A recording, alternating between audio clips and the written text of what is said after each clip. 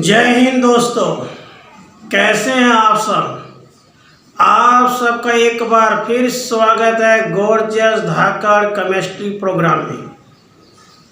शानदार special edition के तहत आपको एग्ज़ाम सीरीज के द्वारा केमिस्ट्री के एग्ज़ाम की शानदार तैयारी करवाई जा रही है।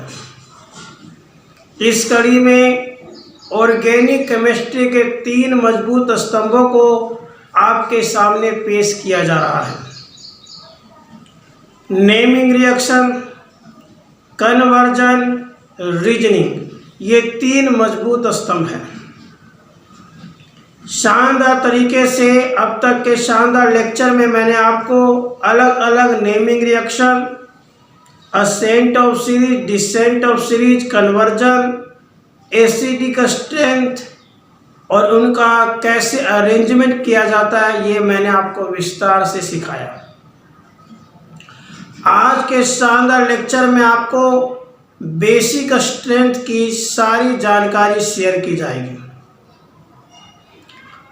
एनिलीन अमाइन बेसिक क्यों है, एनिलीन अमाइन जो बेसिक है उनको उनके बेसिक स्ट्रेंथ में कैसे अरेंज करते हैं,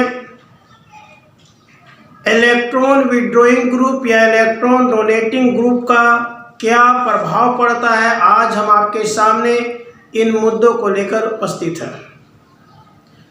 आज आपके सामने ये बताया जाएगा कि कोई भी अमाइन, चाहे वो एलिफेटिक हो चाहे एरोमेटिक हो, वो बेसिक क्यों है, एलिफेटिक एरोमेटिक में ज़्यादा बेसिक कौन है, सब्स्टिट्यूएंट को ऐड करने का किसी भी अमाइन पर क्या प्रभाव पड़ता है, यह आपके सामने शानदार तरीके से पेश किया जा रहा है। इस कड़ी में सबसे पहले हम ये जानते हैं कि आखिरकार एलिफेटिक अमाइन हो या एरोमेटिक अमाइन हो, ये बेसिक क्यों है।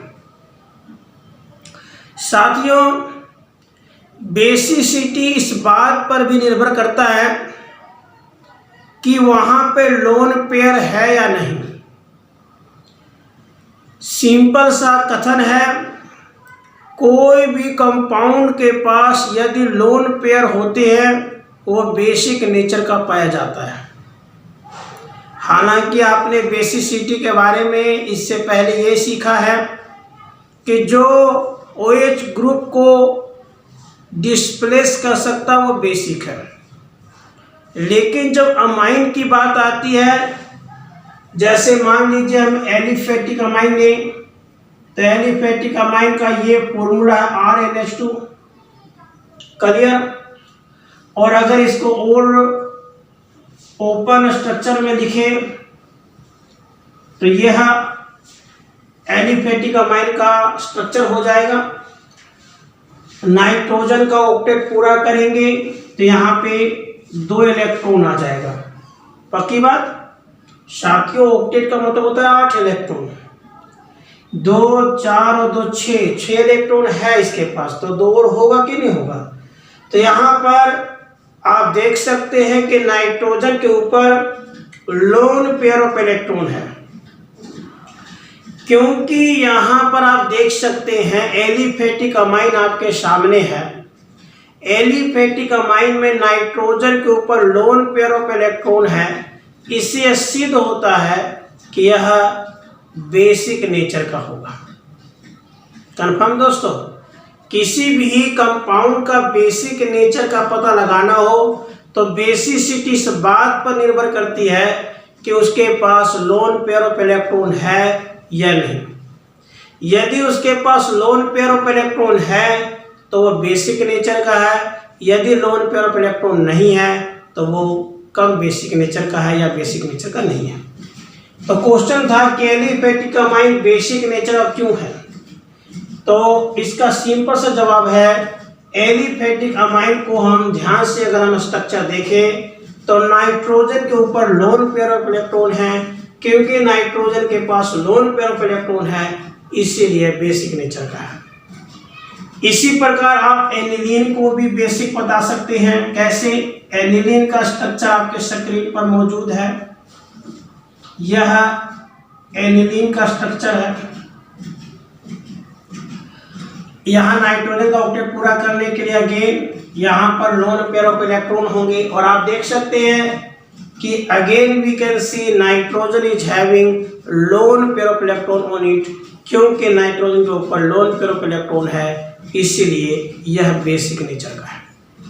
तो साथियों, जब भी आपको ये एग्जाम में आ जाए कि भाई बताइए ये कंपाउंड बेसिक क्यों है, ये कंपाउंड बेसिक क्यों है, तो आप सिंपली आप उसका स्ट्रक्चर बनाइए और स्ट्रक्चर के अंदर नाइट्रोजन के ऊपर लोन पेयर ऑफ इलेक्ट्रॉन दिखा दीजिए। आप देखेंगे कि नाइट्रोजन के ऊपर क्योंकि लोन पेयर ऑफ इलेक्ट्रॉन है, इसीलिए वह बेसिक नेचर का है। क्लियर दोस्तों? अब बात आती है कि यहाँ पर जो बेसिक स्ट्रेंथ हमने बात की अभी एलिफेटिक अमाइन की या एरोमेटिक अमाइन की, ये बेसिक स्ट्रेंथ डिपेंड किस बात पे करता है? तो साथियों, जैसा कि मैंने कल भी सिखाया था, सब्स्टिट्यूएंट मुख्यतः दो प्रकार के होते हैं। पहला इलेक्ट्रॉन डोनेटिंग ग्रुप,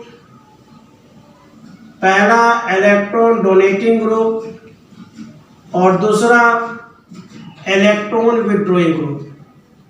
यह मुख्यतः दो प्रकार के होते हैं, इलेक्ट्रॉन डोनेटिंग ग्रुप और दूसरा इलेक्ट्रॉन विड्रॉइंग ग्रुप। तो साथियों, इलेक्ट्रॉन डोनेटिंग ग्रुप वो ग्रुप होते हैं जो इलेक्ट्रॉन को डोनेट करते हैं, और इसमें जनरली अल्काइल ग्रुप का नाम विशेषता आता है। जबकि इलेक्ट्रॉन विड्रॉइंग ग्रुप वो होते हैं जो इलेक्ट्रॉन को लेने का काम करते हैं, और इसमें हाइड्रोजन का नाम मुख्यतः आता है। हालांकि और भी बहुत सारे हैं, लेकिन मुख्यतः हाइड्रोजन को हम इसमें मानते हैं। तो साथियों, क्या असर पड़ेगा यह जानने के लिए, जैसे हमारे पास एनिलीन है, एनिलीन के साथ में हमने इलेक्ट्रॉन विड्रॉइंग ग्रुप हाइड्रोजन ले लिया।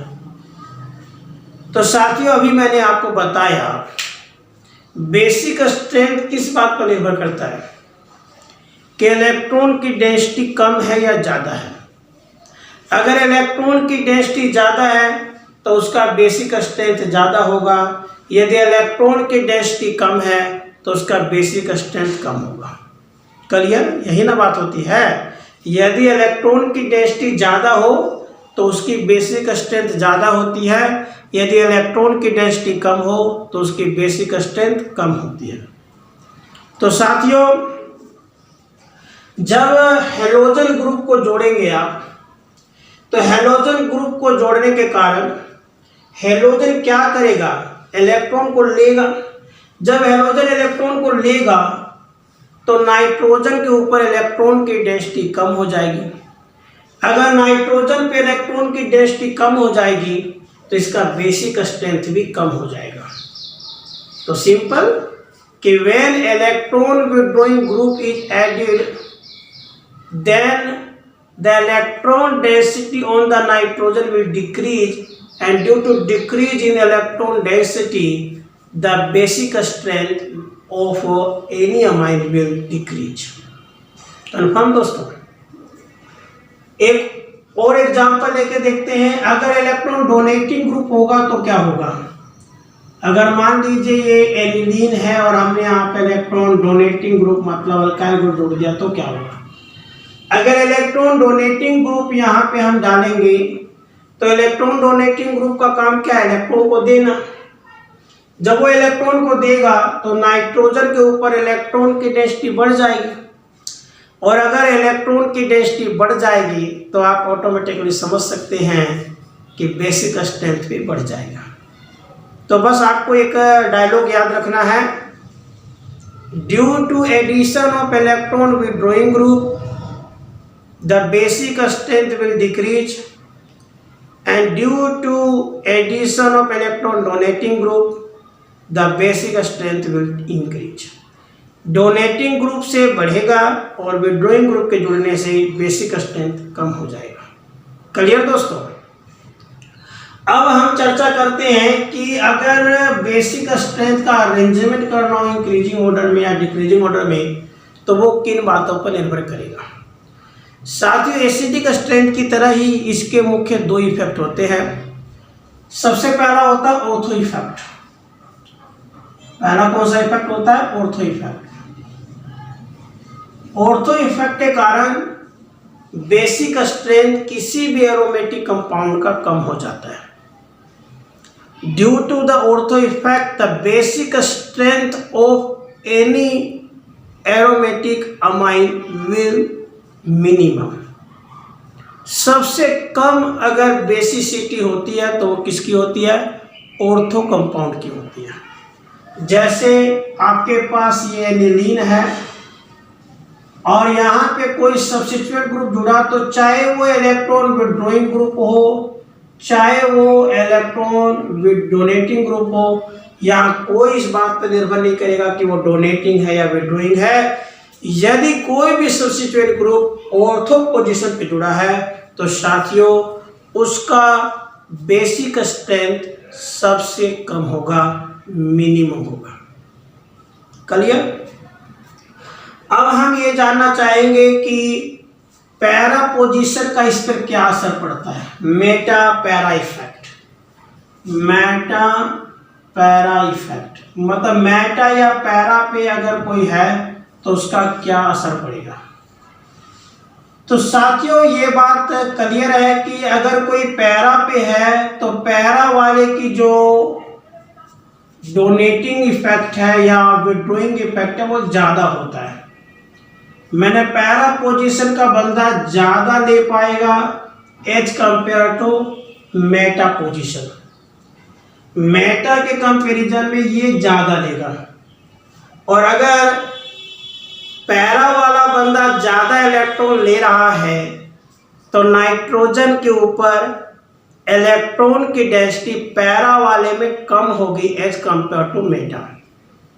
और क्योंकि पैरा वाले की इलेक्ट्रॉन डेंसिटी कम हो गई इसीलिए बेसिक स्ट्रेंथ मेटा वाले का ज़्यादा होगा यदि विड्रॉइंग ग्रुप जुड़ा हुआ है। दूसरी तरफ यदि यहाँ पे इलेक्ट्रॉन डोनेटिंग ग्रुप जुड़ा हुआ हो, यदि इलेक्ट्रॉन डोनेटिंग ग्रुप जुड़ा हुआ हो तो पैरा वाला मेटा वाले से ज़्यादा इलेक्ट्रॉन देगा। पैरा वाले का डोनेशन इफेक्ट मेटा वाले से ज़्यादा होगा क्योंकि पैरा पोजीशन वाला ज़्यादा इलेक्ट्रॉन देने में सक्षम होगा। इसीलिए इस केस में पैरा के केस में नाइट्रोजन के ऊपर इलेक्ट्रॉन की डेंसिटी ज़्यादा होगी as compare to meta position. और क्योंकि पैरा पोजीशन के लिए इलेक्ट्रॉन की डेंसिटी ज़्यादा होगी इसीलिए यदि डोनेटिंग ग्रुप जुड़ा हुआ है तो पैरा का बेसिक स्ट्रेंथ ज़्यादा होगा। तो बस आप केवल 3 डायलॉग याद रखिए। पहला, डोनेटिंग इफेक्ट के कारण डोनेटिंग ग्रुप जुड़ा हुआ है तो बेसिक स्ट्रेंथ ज़्यादा होगा, विड्रॉइंग ग्रुप है तो उसका बेसिक स्ट्रेंथ कम होगा। दूसरा, यदि ऑर्थो पोजीशन पे है, ऑर्थो कंपाउंड है तो उसका बेसिक स्ट्रेंथ सबसे कम होगा क्योंकि वो अनस्टेबल हो जाता है। और तीसरा, पैरा वाला देता भी ज़्यादा है पैरा पोजीशन की कंडीशन में और लेता भी ज़्यादा है, डोनेटिंग भी ज़्यादा होता है और विड्रॉइंग भी ज़्यादा होता है। तो बस इस नॉलेज का इस्तेमाल आप अरेंजमेंट में कर सकते हैं। जैसे आपके एग्जाम्पल तौर पर आपको कुछ अरेंजमेंट करके दिखाता हूँ। जैसे आपके स्क्रीन पे मान लीजिए 4 कंपाउंड आ गए। एग्जाम में दोस्तों जनरली तो 4 ही कंपाउंड आते हैं, तो 4 या 4 से ज़्यादा कंपाउंड आ जाए और उनके बीच में कह दिया जाए कि अरेंजमेंट करो भाई बेसिक स्ट्रेंथ के बढ़ते क्रम में, तो कैसे करेंगे? तो बहुत ही आसान है, बहुत ही इजी लॉजिक है। जो ये समझ जाएगा वो कोई भी अरेंजमेंट करना हो आप बड़े आसानी से कर सकेंगे। ये जादुई टेक्निक आपके स्क्रीन पर, जैसे अलग अलग पोजीशन पे मैं यहाँ पर विड्रॉइंग ग्रुप का केस लेकर दिखा रहा हूँ। मान लीजिए हेलोजन ग्रुप जो है वो अलग अलग पोजीशन पर, पहला एनिलीन है, एक मेटा पर है, एक ऑर्थो पर है और एक पैरा पर है। कहते हैं इनको अरेंज करना। तो बहुत ही सिंपल लॉजिक है दोस्तों, ये तो आप कंफर्म है, आंख बंद करके आप डिसीजन ले सकते हैं कि भाई ऑर्थो इफेक्ट के कारण ऑर्थो पोजीशन का जो कंपाउंड है उसकी बेसिक स्ट्रेंथ सबसे कम होगी। तो ऑर्थो वाले की सबसे कम है, इसमें तो कोई दो राय है नहीं, इसका तो सबसे कम होगा। अब रही बात इन तीनों की, तो जिसके पास पैसा ज्यादा है, जिसका इलेक्ट्रॉन डेंसिटी ज्यादा है, उसका बेसिक स्ट्रेंथ ज्यादा होगा, और जिसका इलेक्ट्रॉन डेंसिटी कम है उसका बेसिक स्ट्रेंथ भी कम होगा। तो साथियों अब इनके इलेक्ट्रॉन डेंसिटी को पैसे के नजर में माप लेते हैं। मान लीजिए कि इसके पास 5 रुपये हैं, जो पैरा है वो ज्यादा छीनता है एज कंपेयर टू मेटा, तो मान लीजिए इसने 1 रुपया छीना तो 4 रुपये हो गए, और इसने 2 रुपये छीने तो 3 रुपये हो गए। पक्की बात, मतलब विड्रॉइंग ग्रुप का काम होता है इलेक्ट्रॉन लेना, तो इसने 1 इलेक्ट्रॉन ले लिया तो 4 हो गए समझने के लिए, इसने इससे ज्यादा लिया, मान लीजिए 2 ले लिया तो 3 हो गए। तो जिसके पास ज्यादा पैसा होगा वो ज्यादा बेसिक होगा, जिसके पास कम पैसा होगा वो कम बेसिक होगा। तो ज्यादा पैसा किसके पास है, ए वाले के पास, तो इसकी बेसिसिटी सबसे ज्यादा होगी, उसके बाद 4 वाले की, उसके बाद 3 वाले की, और सबसे कम तो है ही, है कि नहीं। तो बड़े गोर्जियस तरीके से कोई भी आपके पास कंपाउंड हो, आपको बस इतना ध्यान रखना है कि जिसके पास इलेक्ट्रॉन डेंसिटी ज़्यादा है उसकी बेसिक स्ट्रेंथ ज़्यादा होगी, और जिसकी इलेक्ट्रॉन डेंसिटी कम है उसकी बेसिक स्ट्रेंथ कम होगी। और इसी लॉजिक को आधार बना के आप आराम से अरेंजमेंट कर सकते हैं। जैसा कि एग्जाम्पल तौर पर भी मैंने बताया, ऑर्थो वाले की तो सबसे कम हो गई, बाकी का हमने इलेक्ट्रॉन डेंसिटी के हिसाब से इनके पैसे देख लिए। इसके पास मान लिया 5 रुपये थे, इसने 1 लिया तो 4 हो गए, 2 लिया तो 3 हो गए। जितना ज़्यादा पैसा होगा, जितना ज़्यादा इलेक्ट्रॉन डेंसिटी होगा, उतना ही ज़्यादा बेसिक होगा, है ना, बिल्कुल आसान। चलो एक और आपको समझाते हैं ताकि आप और मजबूती से आगे बढ़ सको और आपको कोई दिक्कत ना आए। समझ में आ रहा ना दोस्तों? तो बस ध्यान से एक और एग्जाम्पल समझिए। जैसे मान लीजिए अब यहाँ पर विड्रॉइंग की जगह यहाँ पे डोनेटिंग होता तो क्या होता, मान लीजिए यहाँ पे मिथाइल ग्रुप होता तो क्या होता। साथ ये बात तो क्लियर है कि चाहे विड्रॉइंग ग्रुप हो चाहे डोनेटिंग ग्रुप हो, ऑर्थो पोजीशन पे चाहे कोई भी ग्रुप क्यों ना हो, सब्स्टिट्यूएंट ग्रुप क्यों ना हो, उसका बेसिसिटी तो सबसे कम होता ही होता है। इसका मतलब सी का सबसे कम होगा, इसमें कोई दो राय नहीं है। रही बात इनकी, तो आपको मैंने बताया, आप इनके देख लीजिए इलेक्ट्रॉन की डेंसिटी किसके पास ज़्यादा है।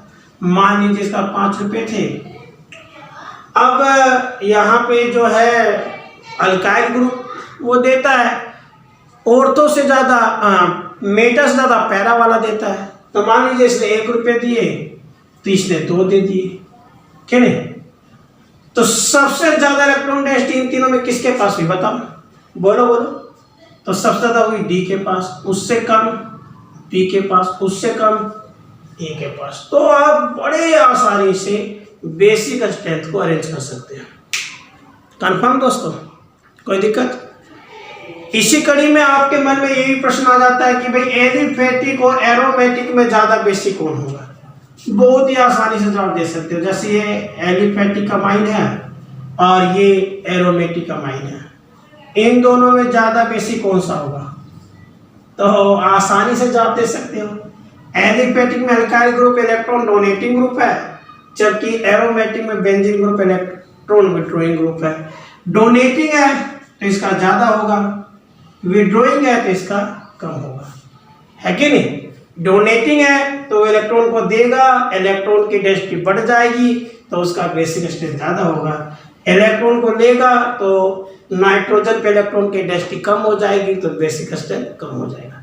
तो साथियों, बेसिक स्ट्रेंथ का कोई भी क्वेश्चन हो, कोई भी टेक्निक हो, आपको ये टेक्निक सिखा दी मैंने कि कोई भी क्वेश्चन आ जाए बेसिक स्ट्रेंथ का, आपको बस एक डायलॉग याद रखना है कि देने वाले की बेसिक स्ट्रेंथ ज़्यादा होती है, लेने वाले की बेसिक स्ट्रेंथ कम होती है। ऑर्थो इफेक्ट के कारण बेसिक स्ट्रेंथ सबसे कम होती है। मेटा वाले के कंपैरिजन में पैरा वाले का डोनेटिंग इफेक्ट भी ज़्यादा होता है और विड्रॉइंग इफेक्ट भी ज़्यादा होता है। और जो ज़्यादा पैसे वाला है, ज़्यादा इलेक्ट्रॉन डेंसिटी वाला है, उसका बेसिक स्ट्रेंथ ज़्यादा होता है। आप बड़े सिंपल तरीके से ऐसे हजारों लाखों क्वेश्चनों का जवाब दे सकते हैं, चाहे वो 12th एग्ज़ाम के हो, चाहे JEE नीट एग्ज़ाम में हो, आप हर एग्ज़ाम के लिए अपने आप को मजबूत बना सकते हैं।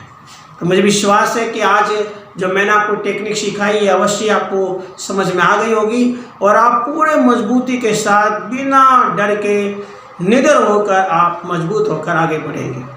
साथियों, पढ़ाई का काम केवल पेपर पास करना नहीं होता, पढ़ाई नॉलेज के लिए किया जाता है, क्योंकि कितनी मुसीबत का काल आ जाए नॉलेज आपको हमेशा साथ निभाएगा। इसलिए नॉलेज के साथ अपने आप को जोड़ें, अधिक से अधिक नॉलेज प्राप्त करने की कोशिश करें, क्योंकि नॉलेज हर मुसीबत में आपका साथ निभाता रहेगा। तो इस उम्मीद के साथ कि आप हमारी इस बात को समझकर नॉलेज के साथ नाता जोड़कर अधिक से अधिक नॉलेज प्राप्त करने का प्रयास करेंगे। हम आपको हर तरह के नॉलेज से आपको परिचित करा रहे हैं, साथ ही साथ अपकमिंग एग्जाम की पूरी तैयारी करा रहे हैं, इस उम्मीद के साथ कि आप ऐसे ही हंसते खेलते मुस्कुराते कामयाब रहेंगे। फिर मिलेंगे और नए धाकड़ कंसेप्ट के साथ, सेम टाइम सेम जगह। जय हिंद, जय भारत।